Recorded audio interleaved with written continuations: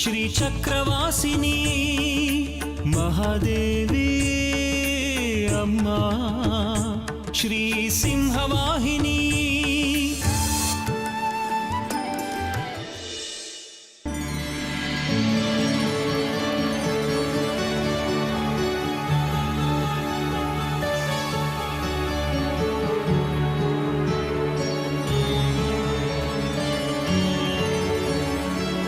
ಎಲ್ಲವೂ ನೀನಮ್ಮ, ಎಲ್ಲವೂ ನೀನಮ್ಮ. ಆದಿಶಕ್ತಿ ಶ್ರೀನವಶಕ್ತಿ ಎಲ್ಲವೂ ನೀನಮ್ಮ.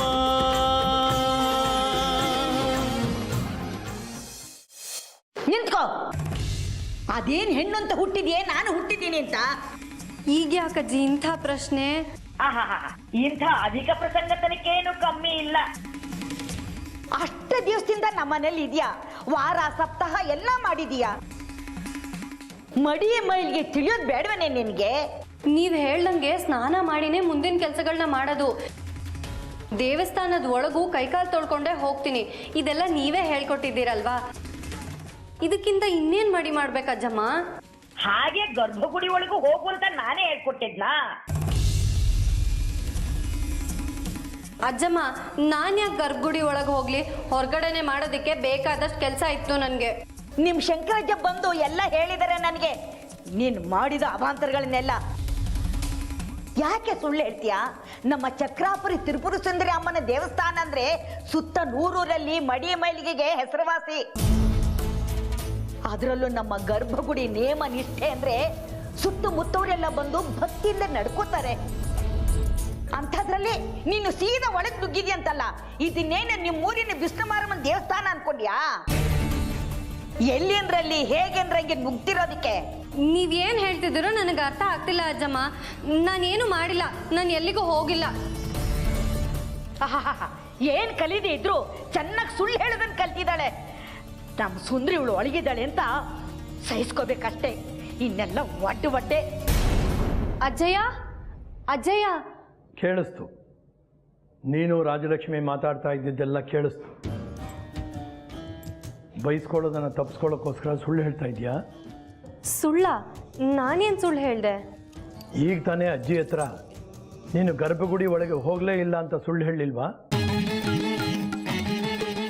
ನಾನು ಗರ್ಭಗುಡಿ ಒಳಗ?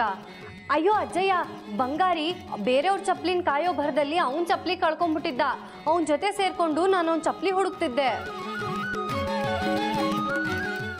ನೀವು ಅಜ್ಜಮ್ಮ ಹೇಳ್ದಂಗೆ ಹೇಳ್ತಿದ್ದೀರಲ್ಲ, ಏನೇ ಕಷ್ಟ ಬಂದರೂ ಸುಳ್ಳು ಹೇಳಬಾರ್ದು ಅಂತ ಹೇಳ್ಕೊಟ್ಟವ್ರೆ ನೀವು.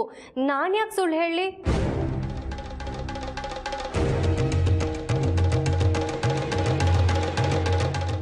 ಅಂದರೆ ನೀನು ಗರ್ಭಗುಡಿ ಒಳಗೆ ಹೋಗಿರ್ಲಿಲ್ವಾ?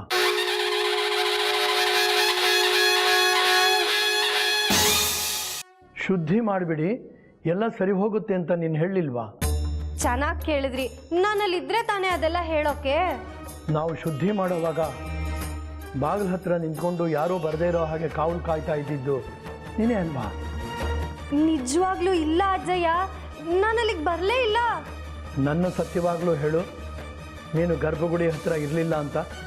ನಿಮ್ಮ ಆಣೆಗೂ ನನ್ನ ಆಣೆಗೂ ನಾನು ಗರ್ಭಗುಡಿ ಹತ್ರ ಬರಲೇ ಇಲ್ಲ ಇವತ್ತು.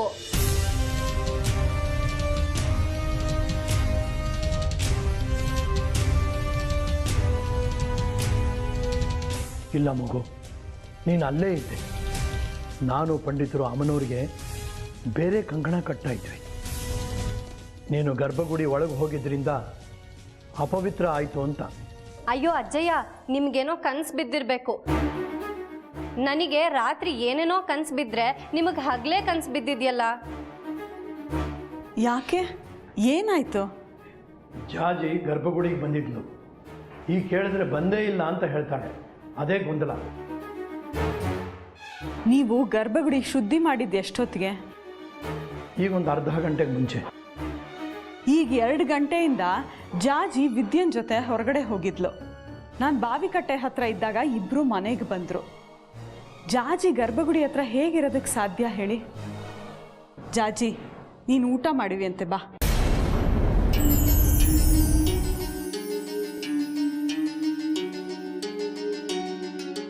ಹಾಗಿದ್ರೆ ಅವಳು ಇವಳಲ್ವಾ? ಮಹಾದೇವಿ ಮಹಾದೇವಿ.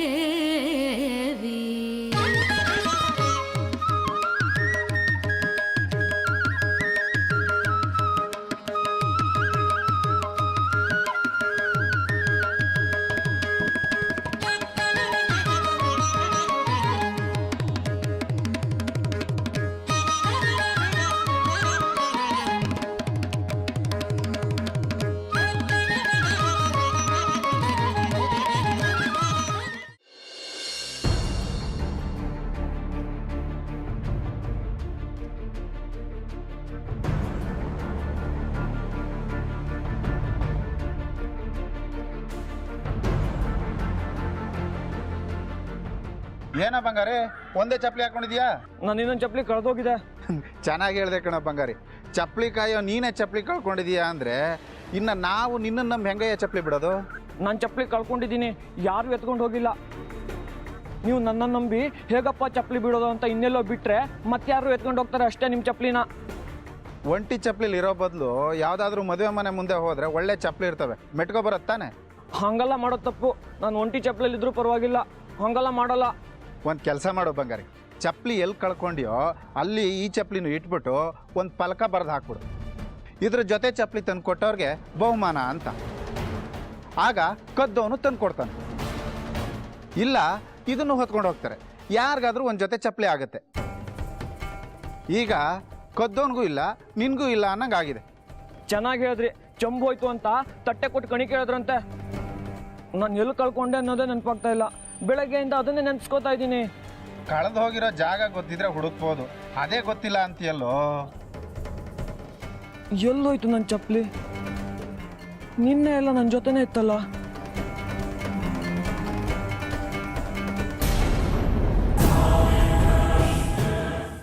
ಇದನ್ನ ಯಾರು ಮಾಡಿದ್ದು ಅಂತ ನನಗೆ ಗೊತ್ತಾಗಬೇಕು. ಆಗಲಿ ಯಜಮಾನ್ರೆ, ಮತ್ತೆ ಹಚ್ತೀನಿ. ನನಗಾಗದೇ ಇರೋರೇ ಯಾರೋ ಈ ಕೆಲಸ ಮಾಡಿದ್ದಾರೆ. ನಾನು ಎಲ್ಲಿ ಮಲಗ್ತೀನಿ ಅಂತ ಗೊತ್ತಿರೋರೇ ಈ ಕೆಲಸ ಮಾಡಿದ್ದೀನಿ.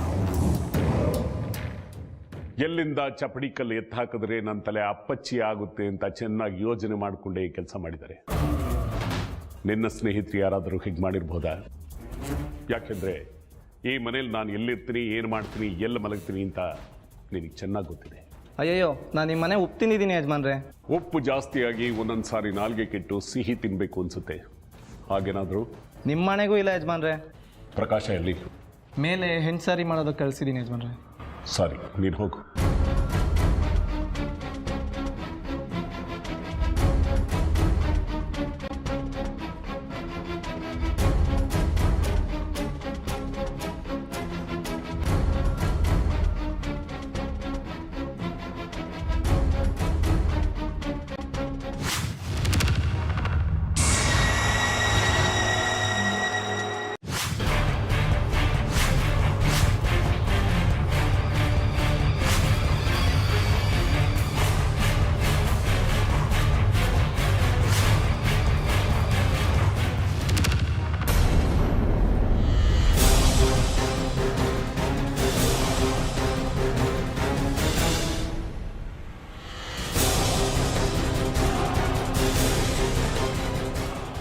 ಚಪ್ಪಲಿ ಹಾಕೊಂಡು ಮೇಲತ್ತಿದೆಯಲ್ಲೋ, ಚಪ್ಪಲಿ ಹಾಕೊಂಡು ಕೆಲಸ ಮಾಡೋದಕ್ಕಾಗುತ್ತಾ?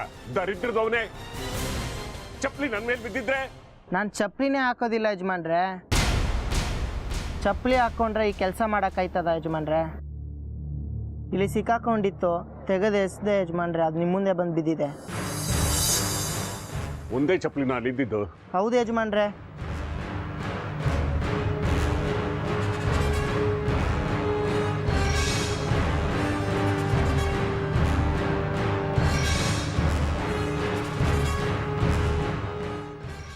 ಬಾಯ್ಲಿ, ಯಜಮಾನ್ರೆ, ಒಂದು ಚಪ್ಪಲಿ ಇಲ್ಲಿದೆ, ಇನ್ನೊಂದು ಚಪ್ಪಲಿ ಯಾರು ಹಾಕೋತಾರೆ ಅಂತ ನನಗೆ ಗೊತ್ತಾಗಬೇಕು. ಸರಿ ಯಜಮಾನ್ರೆ. ತಗೋ ಅದನ್ನ. ಹೋಗು.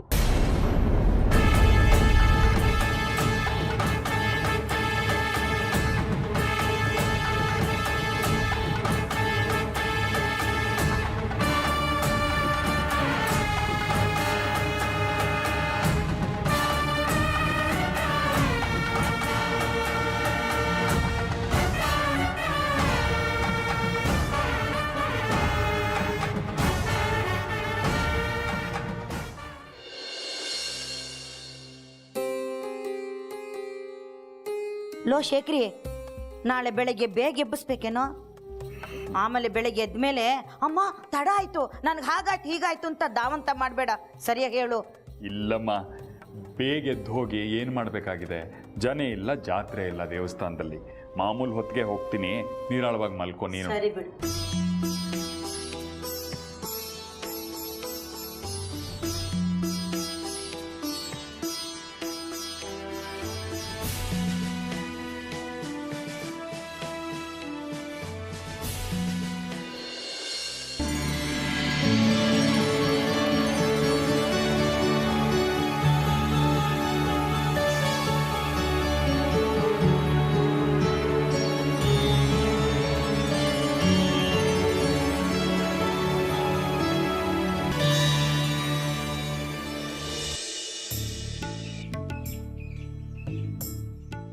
ಒಂದು ಲೋಟ ಕಾಫಿ ಕೊಡಮ್ಮ. ಸ್ನಾನ ಮಾಡಿ ಇಲ್ದೆ ಯಾರಾದ್ರೂ ಎದ್ದ ಹಾಸಿಗೆಲೆ ಕಾಫಿ ಕುಡಿತಾರೇನೋ? ಅಮ್ಮನವ್ರ ಉತ್ಸವ ಬೇರೆ ಶುರುವಾಗಿದೆ, ಹೋಗಿ ಮುಖ ತೊಳ್ಕೊಂಬ. ಯಾವ ಉತ್ಸಾಹವಮ್ಮ! ದೇವಸ್ಥಾನ ಬಣಗುಡ್ತಾ ಇದೆ, ಅಡುಗೆ ಮನೆ ಬಿಕು ಅಂತ ಇದೆ. ಮಾಡಿದ ಪ್ರಸಾದ ಎಲ್ಲ ಕಮಿಟಿ ಮನೆ ಮೆಂಬರ್ಗಳ ಪಾತ್ರೆ ಸೇರ್ತಿದೆ, ಉಳಿದಿದ್ದು ದನದ ಪಾಲು. ಮೊದಲು ಕಾಫಿ ಕೊಡು, ಆಮೇಲೆ ಮುಖ ತೊಳಿತೀನಿ. ನೋಡು, ಯಾವ್ದೇನಾದ್ರೂ ಆಗ್ಲಿ ನಾವು ಮಾತ್ರ ನೇಮನಿಷ್ಠೆ ಬಿಡಬಾರ್ದು. ಯಾವ ನೇಮನಿಷ್ಠೆ ಅಮ್ಮ? ದೇವಸ್ಥಾನದಲ್ಲಿ ಉತ್ಸವ, ಒಂಚೂರು ಉತ್ಸಾಹ ಇಲ್ಲ. ಉಳಿದ ದಿನಗಳಲ್ಲೇ 30-40 ಜನ ಬರೋರು, ಇವಾಗ ಉತ್ಸವ ಒಬ್ಬರು ಪತ್ತೆ ಇಲ್ಲ. ದಿನಕ್ಕೊಂದು ರಗಳೆ ದೇವಸ್ಥಾನದಲ್ಲಿ. ಮೊನ್ನೆ ಬೆಕ್ಕ ಬಂದಿತ್ತು, ನೆನ್ನೆ ಗರುಡ ಪಟ, ಇವತ್ತಿನ್ನೇನೋ ಏನೋ ಆಗೋಗಿದೆಯಮ್ಮ ಈ ಊರಿಗೆ. ಯಾರಿಂದಲೂ ಅಪಚಾರ ಆಗಿದೆ. ಶೇಖರಣ, ಶೇಖರಣ, ಯಾರು ಯಾರು? ಏ ಪದ್ಮನಾಭ, ಏನೋ ಬೆಳಗ್ಗೆ ಕರೆದ್ರೆ ನಾನು ಅಂತ ಹೇಳಕ್ಕಾಗಲ್ವಾ? ಪಂಚಾಕ್ಷರಿಗಳು ಬೇಗ ಬರಕ್ಕೆ ಹೇಳಿದ್ರು. ಭಕ್ತಾದಿಗಳು ಬರಕ್ಕೆ ಶುರು ಮಾಡಿದಾರಂತೆ.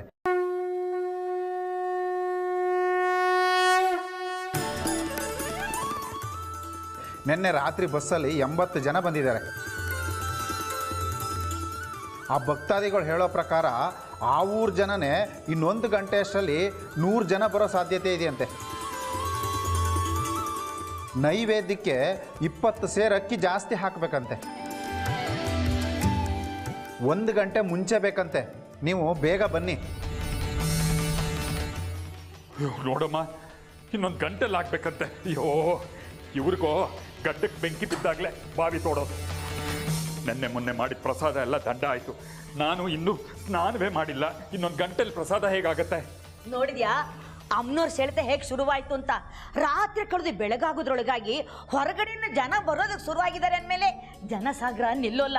ಅಮ್ಮ, ಬಚ್ಚಲಲ್ಲಿ ಯಾರಿದ್ದಾರೆ? ನಾನು ಸ್ನಾನಕ್ಕೆ ಇಳಿತೀನಿ.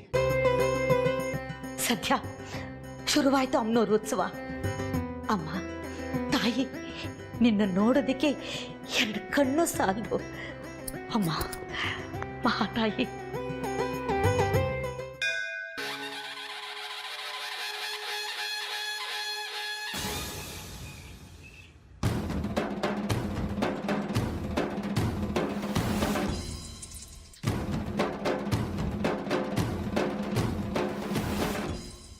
ಹೂವು, ಊದಿನ ಕಡ್ಡಿ, ಅರಶಿನ, ಕುಂಕುಮ, ಕರ್ಪೂರ, ತೆಂಗಿನಕಾಯಿ ಯಾವುದು ಸಾಕಾಗ್ತಾ ಇಲ್ವಲ್ಲ?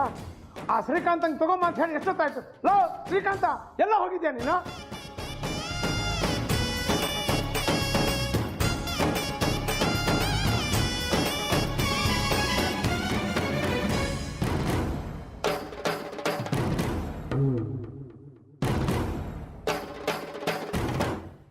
ಎಸಿನ ಬೇಗ ಬೇಗ ಕೈ ಆಡ್ತೋ, 1000 ಜನ ಇದ್ದಾರೆ ಹೊರಗಡೆ.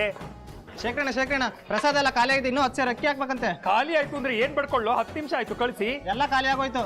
ಆದ್ರೆ ನಾನೇನ್ ಮಾಡ್ಲಿ? ಇರೋದು 2 ಕೈ, ನನಗೆ ಹೋಗು ಕಳಿಸ್ತೀನಿ. ರಂಗ, ಅಕ್ಕಿ ತೊಳೆದಾಕೋ, ಸಾಕಾಗೋಗುತ್ತೆ.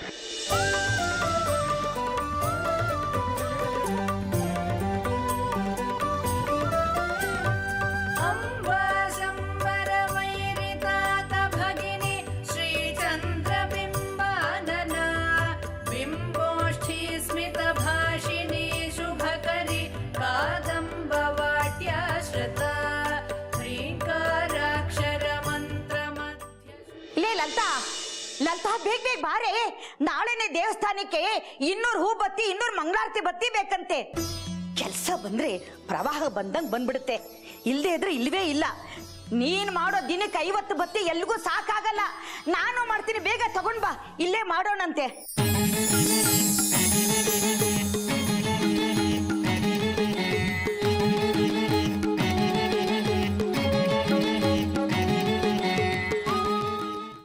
ನಾ ಹೇಳಿದ ಅರ್ಥ ಆಯ್ತಾ ನಿನಗೆ? ಆ ಗುಂಡಾಚಾರಿಗೆ ಹೇಳಿಬಿಡು, ಸರಿನಾ? ಆಮೇಲೆ ಪಂಚಾಕ್ಷರಿ ಸಕ್ಕರೆ ಪೊಂಗ್ಲು ಬೇಕು ಅಂತ ಬರೀ ಅಕ್ಕಿ ತಂದಿಟ್ಟಾಗುತ್ತಾ? ಬೇಳೆ ಬೇಡವಾ, ಬೆಲ್ಲ ಬೇಡವಾ, ಒಂದು ಚೂರು ಜಿಡ್ಡು ಬೇಡವಾ ಅದ್ರ ಮುಖಕ್ಕೆ? ಆ ಜಗ್ಗಿಗೆ ಹೇಳು, ಇಲ್ಲದೆ ಇದ್ರೆ ಗುಂಡಾಚಾರಿ ಹೊಡ್ಕೋತಾನೆ ಪ್ರಸಾದ ಆಗಿಲ್ಲ ಅಂತ. ಆಯ್ತಾಯ್ತು, ಕಳಿಸ್ತೀನಿ. ನಡಿಯೋ, ಆ ಜಗ್ಗಿಯಲ್ಲಿ ನೋಡಿ ಕಟ್ಕೊಂಡು ಏನು ಉತ್ಸವ ಮಾಡ್ತೀವೋ. ಒಂದು ಸಾರಿ 7 ಸಾವಿರಯ್ಯ, 20 ಸಾರಿ ಓಡಾಡಿಸ್ತೀರಾ, ಎಲ್ಲ ಕೊನೆಗಳಿಗೆ ಹೇಳ್ತೀರಾ. ನಾನು ದೇವಸ್ಥಾನದಿಂದ ಬಸ್ ಸ್ಟ್ಯಾಂಡ್ಗೆ ಆಟೋ ಹೊಡಿಬೇಕು, ಭಕ್ತಾದಿಗಳು ಬರ್ತಾರೆ. ಎಲ್ಲ ಹೊಟ್ಟೆವ್ರಿ ಆ ಪಂಚಾಕ್ಷರಿಗೆ ನನ್ನ ಕಂಡ್ರೆ ಏನ್ ಬೇಕು ಬೇಕು ಅಂತ ಮಾಡ್ತೀರಾ? ಬರ್ತೀನಿ ರೀ, ಮಾಡ್ತೀನಿ.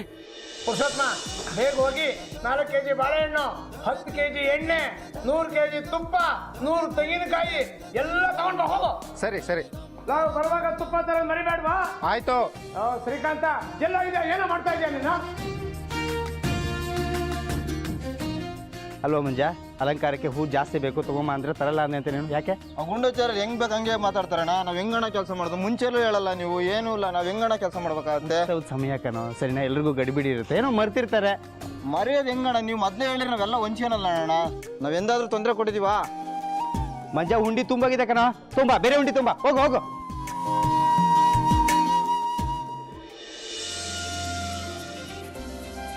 ಉತ್ಸವ ಮುಗಿಯವರೆಗೂ ಒಂದು ಶಿಷ್ಯನ ಇಟ್ಕೋಬೇಕು ಅನ್ಕೊಂಡಿದ್ದೀನಿ. ಅವನಿಗೆ ಒಂದು 200 ರೂಪಾಯಿ ಕೊಟ್ರೆ ನಮ್ಮಮ್ಮನ ಶಸ್ತ್ರಚಿಕಿತ್ಸೆ ಮಾಡಿಸ್ಬೋದು. ಅಣ್ಣ ದುಡ್ಡು ಅಣ್ಣ ಮರಿಬೇಡ. ನೀನ್ ಮುಖ ನೋಡ್ತಿದ್ಯಾ? ಬೇಗ ಕೊಡು. ತಗೋ ಸುಂದ್ರಾಂಗ, ನಿನ್ ಮುಖ ನಾನೇ ಯಾಕೆ ನೋಡ್ಲಿ? ಏ ಜಾಜಿ,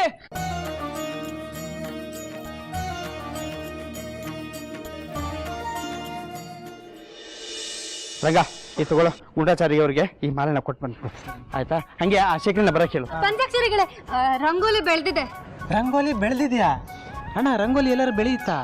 ರಂಗೋಲಿ ಬೆಳೆದಿದೆ ಅಂತ ಅದರ ಅರ್ಥ ಖಾಲಿ ಆಗಿದೆ ಅಂತ. ಇನ್ನು ಸುಮ್ಮನೆ ಇರು. 2 ಡಬ್ಬ ಸಾಕಿನಮ್ಮ. ಸರಿ ಆಯ್ತು, ತಂದು ಕೊಡ್ತೀನಿ, ಹೋಗು ನೀನು. ಬೇಗ ಬರಕ್ಕೆ ಹೇಳು.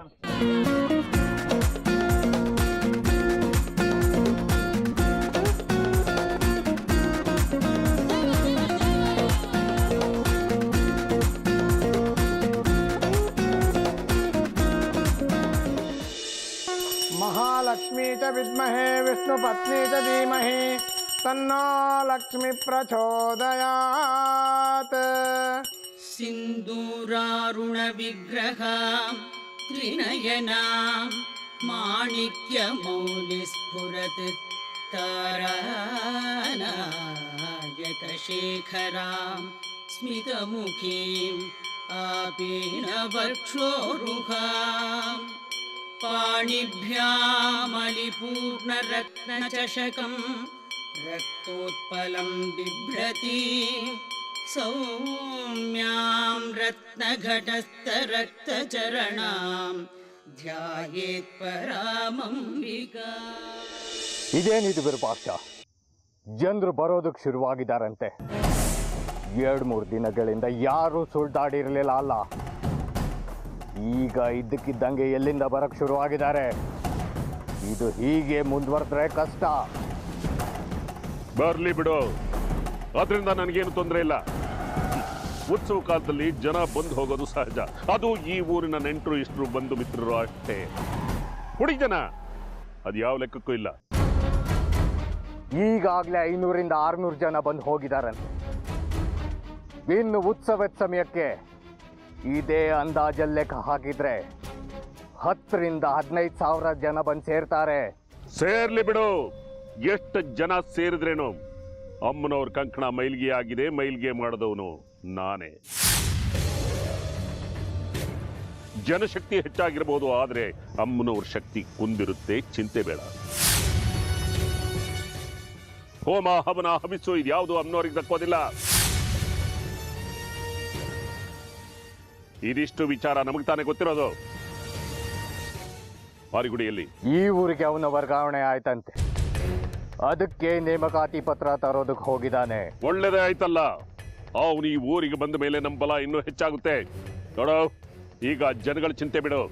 ಮುಂದಿನ ಕೆಲಸ ಹೇಗೆ ಮಾಡಬೇಕು ಅನ್ನೋದ್ರ ಬಗ್ಗೆ ಚಿಂತೆ ಮಾಡು.